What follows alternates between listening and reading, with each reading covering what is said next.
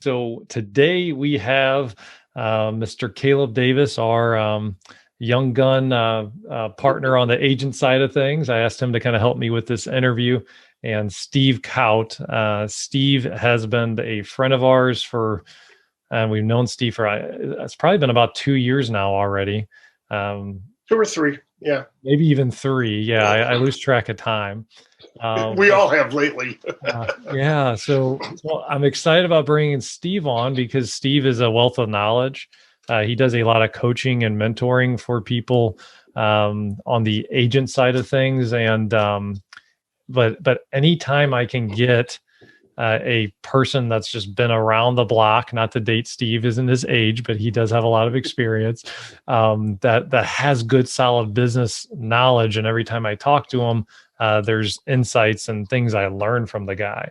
So I thought it'd be incredibly valuable to bring him on here and have him share some of our wisdom to some of his wisdom to the group. And the topic today, Steve, drum roll please, is what? Playing the long game, delayed gratification, and wealth building. Right on. So I love talking about wealth building. I love reading it. I'm reading a book right now called, oh my gosh, it's by Tony Robbins. I think it's just called Mastering the Game of Money. It's like a 500-page book, and I just get like juiced up every time I open it up and start reading it. This is one of my favorite topics, and yeah, we're gonna dive into this. So real quick, why don't you tell us a little bit of your background, and so we can kind of just get to know you a little bit better, and then we'll get into it. Okay, so I've been in real estate for over 22 years now, in the primarily in the residential resale business, working with people buying and selling primary residences. And I've been in all sorts of different parts of the residential real estate industry, as an agent, running a successful team, focusing on buyers and focusing on listings, working with investor clients, as well as doing some investing myself. I ran a high-producing large real estate office for Keller Williams for 4.5 years. And for the last 7.5 years, I've been a full-time real estate coach, coaching agents at top teams. And a lot of what I work on with my clients is in the arena of building their real estate investment portfolios and helping them understand investing in real estate and focusing on their net worth growth in general. So I have these conversations day in and day out, and I agree with you. I love having these conversations. And real quick, if you're an investor just thinking, man, this guy just does all this agent stuff, like I should just, do I just tune out? Is this call not for me? Is this episode not for me? You're wrong. One of the strengths that we have is to see the other side of the coin, to like see another perspective. And the better agents we get around, and the more we can see things from an agent side of view as investors, the stronger of a business we can run, the more powerful that we can be, and vice versa too. I think having agents get more exposed to investors helps as well. We can become better agents when we start to see things as investors do. So it is, yeah. So it's really important, guys. Like this is not just I was really excited and happy to have Steve on, and there's a lot of value here. Okay, so don't just tune out. I'm not planning on talking about this from a real estate agent point of view. Okay, this is going to be a high level, high minded wealth building, especially tied in and around the arena of investing that y'all are focused on. So this will be on topic, I promise. Steve, I have a question for you. What would you say is, and we always talk about lead generating, finding doors and going to deals. What would you say is the number one way that you have talked to people and helped people coach them through finding more deals, finding more doors to do more deals? A couple of things come to mind with that, Caleb. First of all, it's from just being out and about and living. Okay. And not just as a real estate agent. Again, I'm not going to be coming from that perspective really today, but just like, look at the house you live in now. Is it a house that you can keep as a rental when you're ready to buy your next house? When going on listing appointments with clients, I talked myself out of listings any number of times over the years because it seemed to make more sense for the client to keep this property if they could keep it when they went on to buy the next property. So instead of just selling and buying and moving up. Yep, I really like that because so me personally, I actually just sold my first house that I ever owned. I bought it 10 years ago, and I sold it about 3 weeks ago, and it was a rental property. I ended up paying the entire thing off and made a lot of money along the way. So I really like that. That's great, and that's something that real estate agents don't do often enough, quite frankly, is teach their clients about wealth building. Early on, I found myself just fascinated with the investment side of real estate.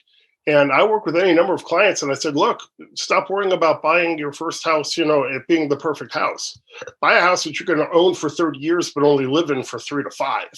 Yep. So there's a term for this. I don't know if you guys knew this. So it's called house hacking. And I house hacked before the term even existed. That's what I did on my first house was I bought a 2-family in South City, rented out one side, lived in the other, had a 15-year note. Only had to pay $100 a month. That's where our old company's name was STL Real Estate. That's where we got. That's where STL Real Estate started. Was in a 500 square foot, 1-bedroom shotgun style flat in South City. And in my family room, I had an itty bitty little corner that was about like 50 square feet that I had just enough room for my computer. And yeah, that's where everything started. That is how it starts, and that really ties in now to the theme of the conversation that we're having here today. With delayed gratification and wealth building. Okay, was that your dream house? Was that your dream living scenario? No.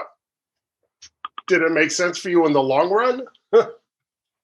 So let's just say that it's kind of a miracle that my wife and I are still together after she saw the place I was living when I first met her.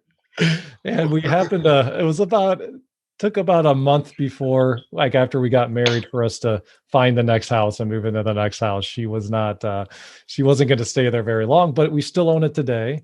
And I own it out. I own it outright today. I don't have a loan on it anymore, and just kind of get mailbox money every month from it.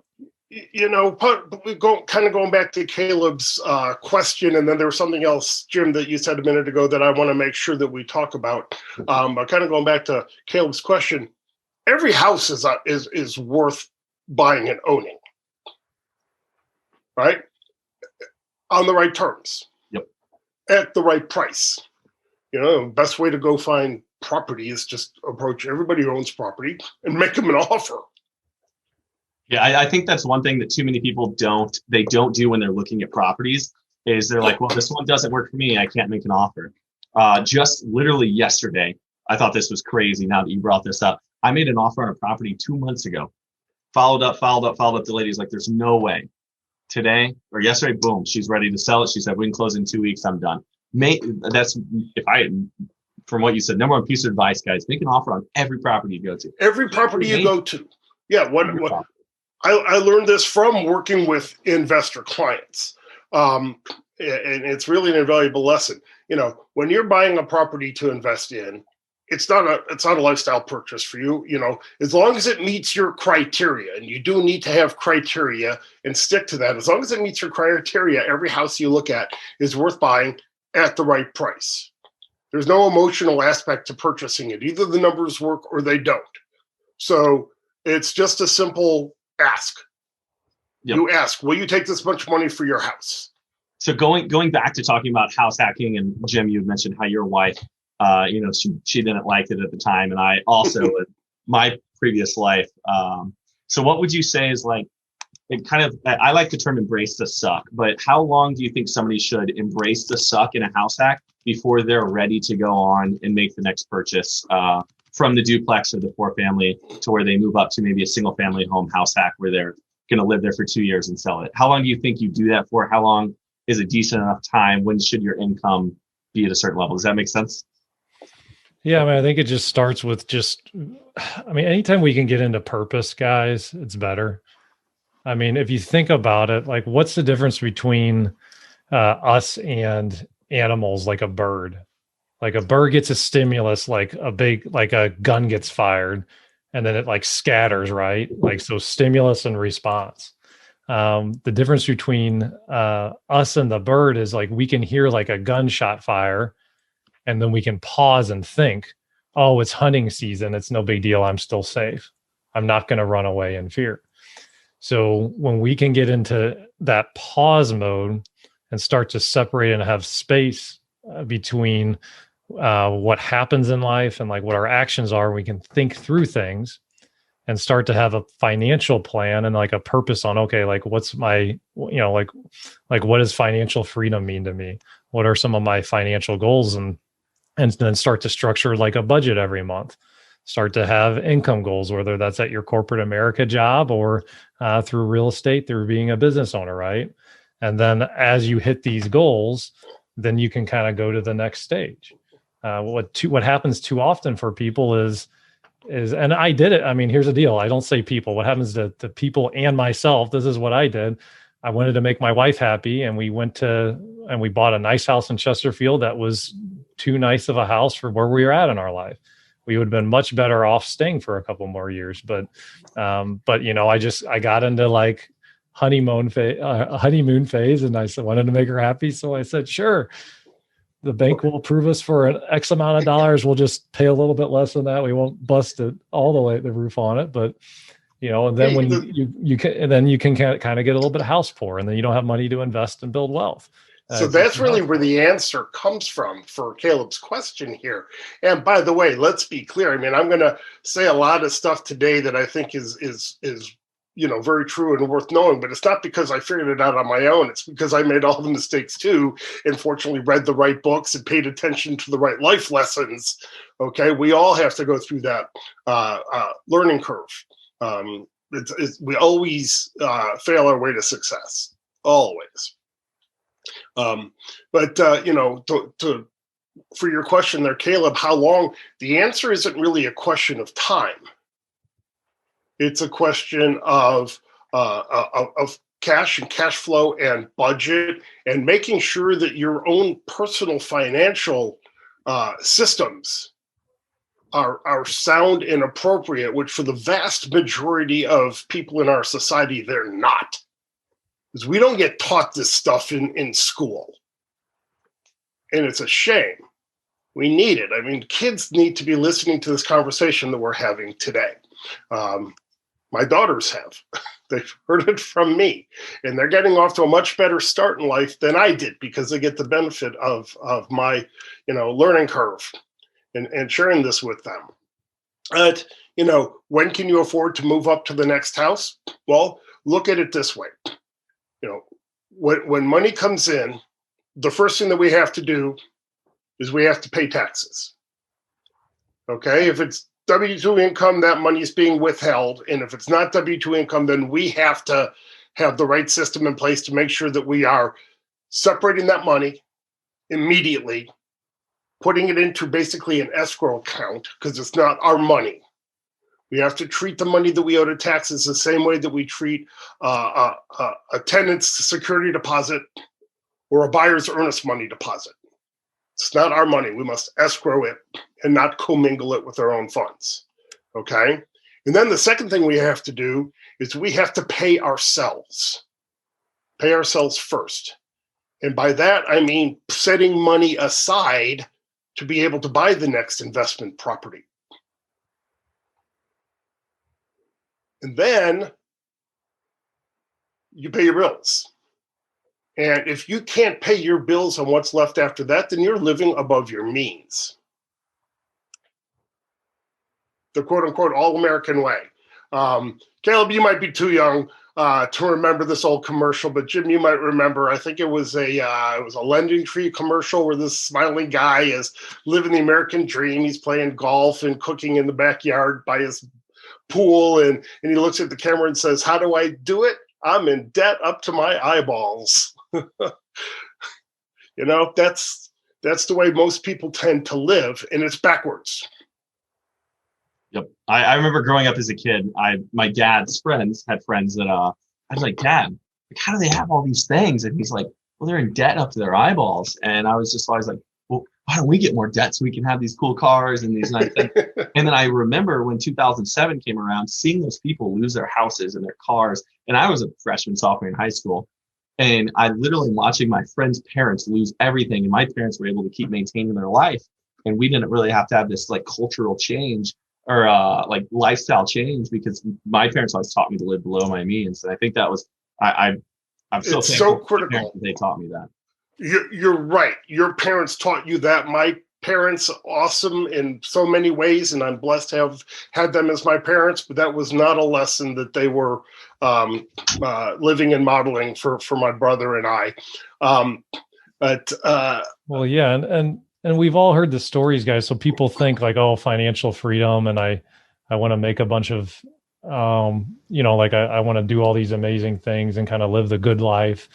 And what you realize is like, think about all the stories of the multi-millionaires. Like, I think this happened to Kurt Schilling.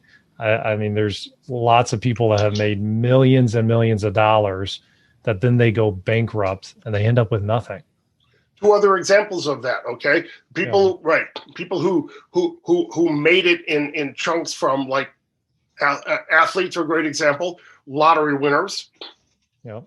And the third generation of generational wealth. Okay. True wealth is generational. True wealth, replenishes itself and even keeps growing on autopilot. What most people, like what you're referring to, Caleb, when you were a kid and looking at other people that had all this stuff, that's quote unquote rich. Okay. And that's what we mean when we talk about, be careful about comparing your insides to other people's outsides. Because those other people's outsides might look good, but they're actually the duck on the pond where everything looks cool above the water, but underneath they're frantically paddling like crazy just to stay afloat. Yeah, 100%. I want to go back to talking about house hacking a little bit. Sure. And because I really like playing the long game type thing. I'm all about the long game, not getting rich quick. So let's talk about like your opinion of moving every 2 years. I know some people have kids and they can't do this, but me, I've moved every single 2 years time period, so I don't pay any taxes on the profits I make for a house. What's your opinion on doing that, and how long do you think it's sustainable that somebody can do that? Because I feel like that's playing the long game, really. It absolutely is playing the long game. And it's, something that my wife and I have actually talked about doing. We're in the process of getting ready to sell our house. And the only reason we're going to sell the house that we live in now, instead of keeping it as a rental, is because of the, for the tax benefits, because we've been in it so long. But we were going to take the proceeds from this house after we're in the next house. We're going to turn around and we're going to buy a couple more rental properties with it. But that 2 year thing, I call it moving for a living. And the answer to the first half of the question is it's a great thing to do. I'm a big fan of it. And secondly, until you die. I like that, because I've done it every 2 years, and then just like you say, I take the proceeds and I put those proceeds, tax-free proceeds, and put them into buying rental properties. That's really how I built a lot of my portfolio. Yeah. I mean, for me, actually, since I work with my head, okay, it's intellectual work instead of physical labor. So for me, doing projects to renovate a house is therapeutic. It's fun. A friend and I actually installed tile backsplash in my kitchen over this past weekend in preparation for putting this house on the market in a month. Could have paid somebody to do it. It was actually fun to do that stuff and to see the benefits of it and that sweat equity. So that's the thing for my wife and I. Buy houses where she loves to work on the outside. I love to paint and stuff like that and do handyman stuff. And there's a great opportunity to play the long game. Yeah. And sorry, Jim, go. No, so And what's interesting is like when I hear you move every 2 years, I think there's not enough money in the world for me to move every 2 years. Like I was moving that much, but okay, well let's circle back though. Let's kind of circle back to this playing the It's long still a game good concept. concept though. When you Yeah. think about it, maybe it's not every 2 years, maybe it's every 5 years. And again, it's not about the actual time frame. It's you're in each house for at least 2 years because of the tax uh, implications. Okay, Yeah. maybe it's two, maybe it's three, maybe it's five, maybe it's seven.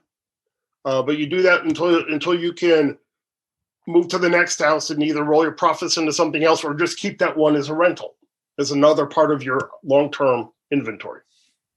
Absolutely. Okay, so let's talk about like this building the wealth and this. Okay, guys. So here's the thing. Like we talked about there's all sorts of stories. Everybody knows the lottery winners that they earned all this money, millions and millions of dollars, and they blew it all. So like the discipline that we're talking about is in order to get to that financial freedom, doesn't matter if you're making a 50 grand a year or $1 million a year, there needs to be a gap. You need to be saving more money than you're spending, right? Than you're consuming. You need to be earning more money than you're spending. It's that So, simple. Burn more calories than you take in, and you'll lose weight. so Spend less money than you earn, and your net worth will grow. Very simple math. So one of the tips and tricks I'd be interested in on what you guys do. So my wife and I, what we've done is there's a free resource called mint.com. Mint.com is free, and it will connect with your credit cards and like your banking account And and your mortgages and yeah, right. and everything. Now, here's the deal with it. Like free isn't really free, right? So what they're doing is that they're getting your data and then they're using that to like for ads and I'm assuming they're using it for kind of like reselling and like creating a profile for you so people can send ads and things like that. But so what I do is there's a net worth section of it.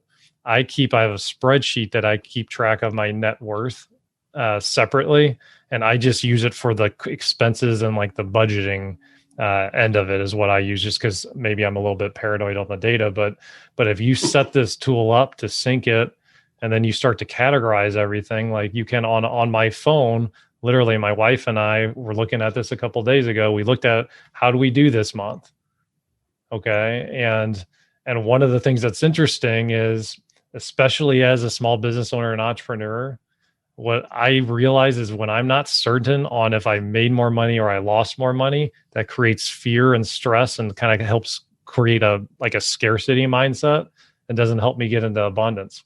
When I looked at last month, I was like, oh, we saved a couple, we ended up saving $1,000 or whatever it is. Okay, since we hit these goals, why not go out and do a nice fancy dinner this month to like celebrate and reward ourselves for it? But like, are you going to celebrate and reward with 5% of the excess funds or with 100% of the excess funds? No, not yeah. I mean, saving, and we're tithing too. We're giving some money to tithing is a part of paying yourself first. If that's that's part of when you live 10, 20, 30% below your